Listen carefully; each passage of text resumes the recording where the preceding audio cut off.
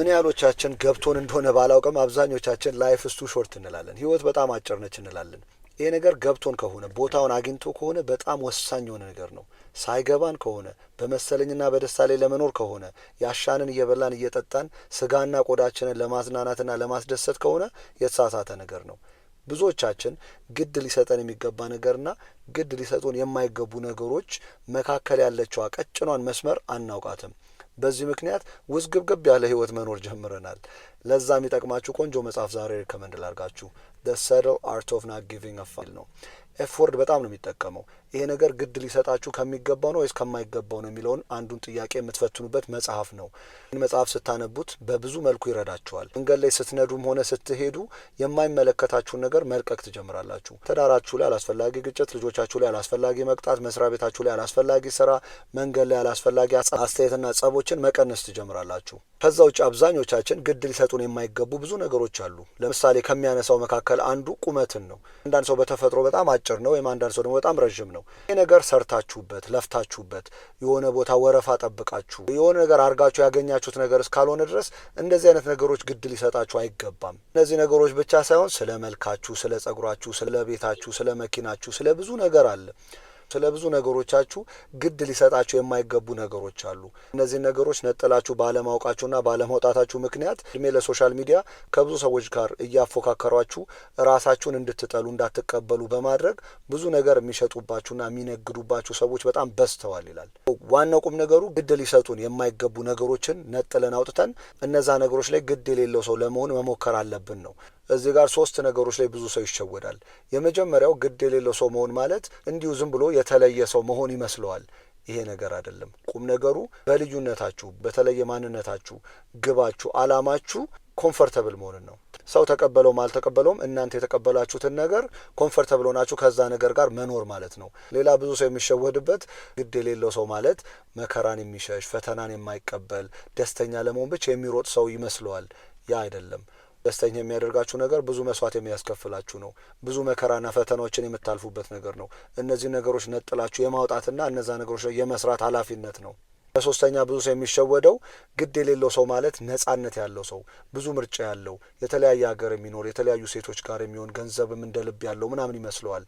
ያ ሳይሆን የመረጠውና የፈቀደው ነገር ላይ ኮሚትድ ሆኖ ቆርጦና ወስኖ ከዛ ነገር ጋር ተሳስሮ ትዳርም ሊሆን ይችላል፣ አገርም ሊሆን ይችላል፣ ስራም ሊሆን ይችላል። መርጦና ፈቅዶ የገባበት ነገር ላይ ኮሚትድ ሆኖ መስራት ነጻነቱን ያገኘዋል እንጂ ነጻ ሆኖ እንደ ልቡ የተለያየ ሀገር፣ የተለያየ ስራ፣ የተለያየ ሴቶች ጋር መሄድም አይደለም ይላል። ከሚያነሳቸው ሀሳቦች መካከል ብዙ ሰው ጋር እንዲደርስልኝ እፈልጋለሁ የሚለው ሀሳብ የሰው ልጅ ሁሉ ብዙ መከራ ፈተናና ግፎች ይፈጠሩበታል።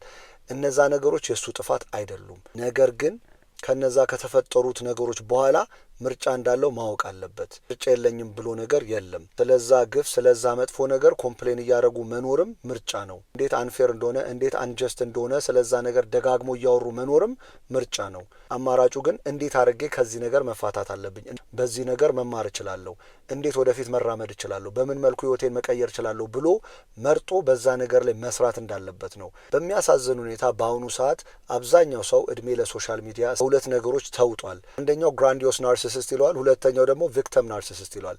አንዳንዱ በእውቀቴ፣ በሙያዬ፣ በተሰጦዬ፣ በመልኬ በእንደዛ ከላይ ከፍ ብሎ ሁሉም ሰው ከኔ ስር መሆን አለበት የሚል አስተሳሰብ ያለው ግራንዲዮስ ናርሲሲስት የሚባል ባህሪ ያለው። ሁለተኛው ደግሞ ቪክተም ናርሲሲስቶች አሉ። ተጎጂ ነኝ፣ ተበዳይ ነኝ፣ የበታች ነኝ፣ እንደዚህ ነኝ እያሉ ሁሉም ሰው ለነሱ መስራት እንዳለበት፣ ብዙ ነገሮችን በንድ ማድረግ እንዳለበት የሚሰማቸው ብዙ ሰዎች አሉ። ይሄ ነገር ክሬት ያደረገው ኢንታይትልመንት ነው ይላል። ይገባኛል የሚል ሰው በጣም በዝቷል። እነዚህ ሰዎች ልክ አይደላችሁም፣ ተሳስታችኋል፣ አይሆንም መባልን አይፈልጉም። ውጤቱ ከኮንፈርት ዞናቸው መውጣት ስለማይፈልጉ፣ መውደቅን ስለሚፈሩ ወደፊት አንድ እርምጃ መራመድን አይፈልጉም።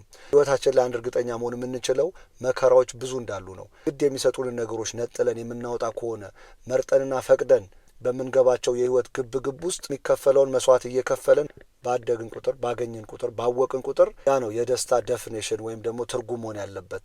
ሌላው ከዚሁ ጋር አያይዞ ማወቅ አለባቸው የሚለው ነገር ምንድነው? በጣም ብዙ ነገሮች ላይ ትሳሳታላችሁ። ወደ ኋላ 500 ዓመት ተመልሳችሁ ስታዩ በጣም ብዙ እርግጠኛ የሆኑበት ነገሮች በጣም ተሳስተው ነበረ። ሳይንስና ቴክኖሎጂ አፕዴት እያደረገ ሲመጣ ብዙ ነገሮች የተሳሳቱ እንደነበሩ ታወቅና ወደፊት አፕዴት ይደረጋል። እናንተም ወደ ኋላ ተመልሳችሁ የዛሬ 10-20 ዓመት ብትመለከቱ ያላችሁትን ያደረጋችሁትን የሆናችሁትን የመሰላችሁን ነገሮች ልብ ብላችሁ ብታዩ ብዙዎቹ የሚያሳቅቁና የሚያሳፍሩ ነገሮች ናቸው።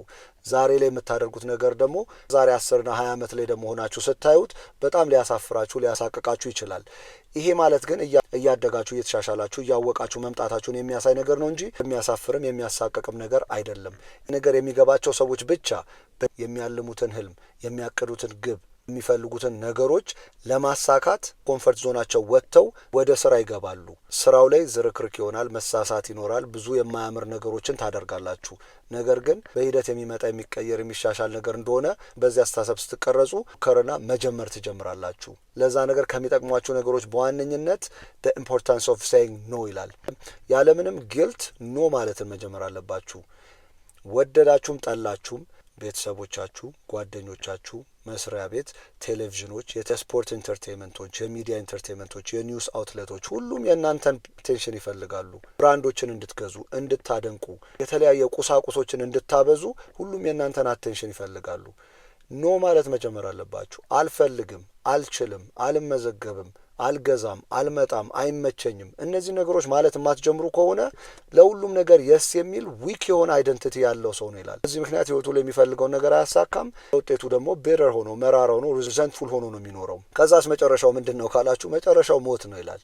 ኤግዚስተንሻል አዌርነስ ሊኖራችሁ ይገባል። ሁላችንም መሞታችን የማይቀር ነው። ይሄ ነገር ሊያስደነግጣችሁ ሊያስፈራችሁ ወይም ደግሞ የሆነ ክራይሲስ ውስጥ እንድትገቡ ሳይሆን የበለጠ በጥንቃቄ በእውቀት በእውነት ራሳችሁን ሆናችሁ ራሳችሁን አግኝታችሁ የምትፈልጉት ነገሮች ላይ ሰርታችሁ ለመኖር እንድትጥሩ የሚረዳችሁ ነው።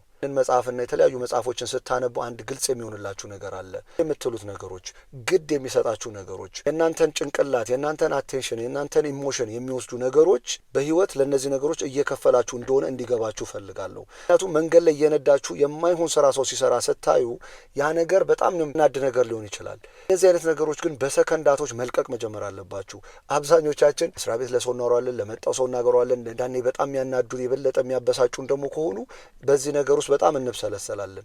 በህይወት እያስከፈለን ነው። ነገር መንገድ ላይ ብቻ አይደለም፣ መስሪያ ቤት ውስጥም ትዳራችንም ከቤተሰብም ከጓደኛም ጋር ብዙ ነገሮች አሉ። ከኛ አመለካከት ከኛ አኗኗር ከኛ ፍልስፍና ውጭ የሆኑ ሰዎች ወይም ደግሞ አኗኗሮችንም ስናይ ይሄንን ነገር በሰከንዳቶች መልቀቅ መጀመር አለባችሁ። ምክንያቱም በህይወት እየከፈላችሁ ነው። ጊዜያችሁን፣ ገንዘባችሁን፣ እውቀታችሁን፣ ኤነርጂያችሁን እነዚህ ነገሮች ላይ ባዋላችሁ ቁጥር ከእድሜያችሁ ላይ ነው እየከፈላችሁ ያላችሁት። ነገር በጣም እንዲገባችሁ ስለምፈልግ በሲምፓተቲክና በፓራሲምፓተቲክ ነርቨስ ሲስተም መካከል ያለውን ነገር በደንብ አድርጌ ለማስረዳት ሞክራለሁ። ምክንያቱም በሩጫ ላይ ያለን ሰዎች ብዙ ሰዎች አለን። ጠዋት እንደተተኮስን ማታ እስክንተኛ ድረስ የማንረጋጋ ሰዎች አለን።